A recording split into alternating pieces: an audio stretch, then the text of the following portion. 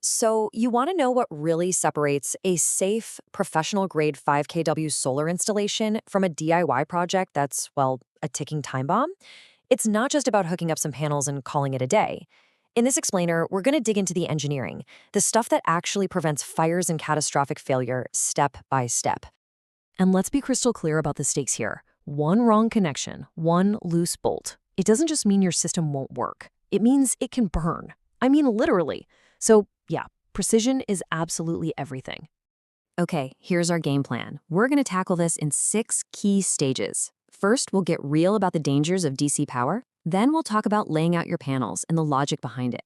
After that, we'll cover how to combine and isolate that power safely, wrangle the high current battery bank, get our grounding right, and finally walk through the only safe way to start this thing up. And this really gets to the heart of it. You see, a lot of guides out there just show you a visual build. Plug this red wire here, this black wire there. They often miss the huge safety gaps. Our approach, it's all about the engineering logic. We're going to focus on the why behind every single connection, because that's how you actually prevent a fire. So first things first, let's talk about the risks. There's this super common and really dangerous idea that just because a system is low voltage, it's low risk. No, let's tear that myth apart right now. If you remember one saying from this whole explainer, make it this. Solar DC power is a completely different animal than the AC power in your house. You have to respect it. You're going to see this number everywhere in the off-grid world. 48 volts. It's the standard for a good-sized battery bank. And, it seems pretty harmless, right? 48 volts isn't going to give you a serious shock. But that's only seeing half the picture. Because here's the other half. While the voltage is low, that same 48-volt battery bank can dump over 400 amps of current instantly.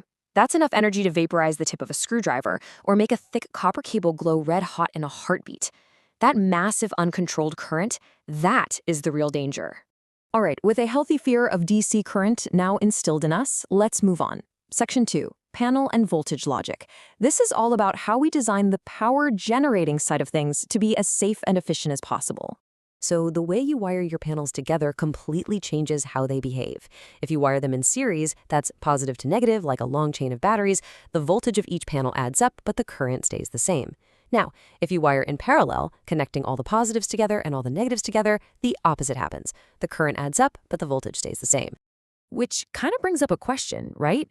If you can do it either way, why do pretty much all professional 5 kW systems use series wiring to create these high voltage strings?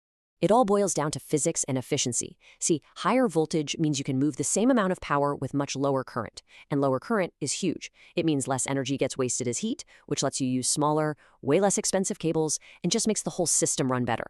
But, and this is a big but, you now have a new danger. You have to make absolutely sure the total voltage of your string never, ever exceeds your inverter's maximum input limit, because if it does, you'll fry it instantly. And that's a perfect segue into our third section, combining and isolating power. You've got all this high-voltage DC power coming off the roof. Now you have to manage it safely before it even gets close to your inverter. Now, if you've got multiple strings of panels, you can't just twist all the wires together. No way. You need what's called a DC combiner box. Inside this box, each string gets its own dedicated fuse, and you'll often have surge protection in there too for things like lightning strikes. For any system with more than one string, this is not optional. And this right here is probably one of the most important safety devices you'll install, the DC isolator switch. Think of it like a giant, heavy-duty emergency stop button for your entire solar array. It lets you physically and completely cut the power from the panels, making it safe to work on the inverter.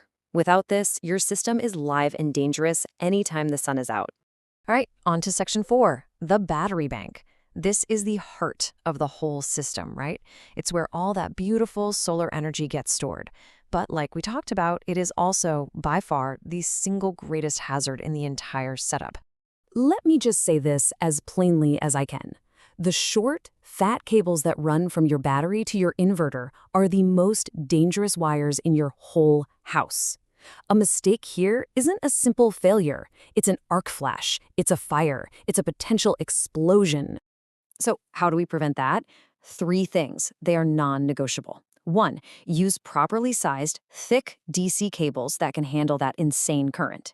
2, install a massive fuse or a DC breaker as close as physically possible to the battery's positive terminal. This is your last line of defense. And 3, make sure every single connection is wrenched down tight. A loose connection here will get incredibly hot, incredibly fast. Okay, let's talk about something that gets glossed over all the time in DIY videos, but is absolutely vital for safety: grounding. This is your system's silent protector. It's what defends you and your equipment from electric shock and power surges. So what actually needs to be grounded? It's simple, really. Every exposed piece of metal. That means the frames of your solar panels, the metal case of your inverter, the metal racks everything is mounted to. All of it. Everything has to be connected with a continuous wire to a proper grounding rod driven deep into the earth.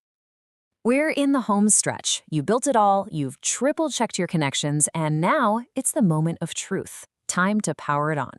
But listen up, because there is a very specific order to this, and if you get it wrong, you can kill your brand new equipment before it even gets started. This is the only safe way to do it.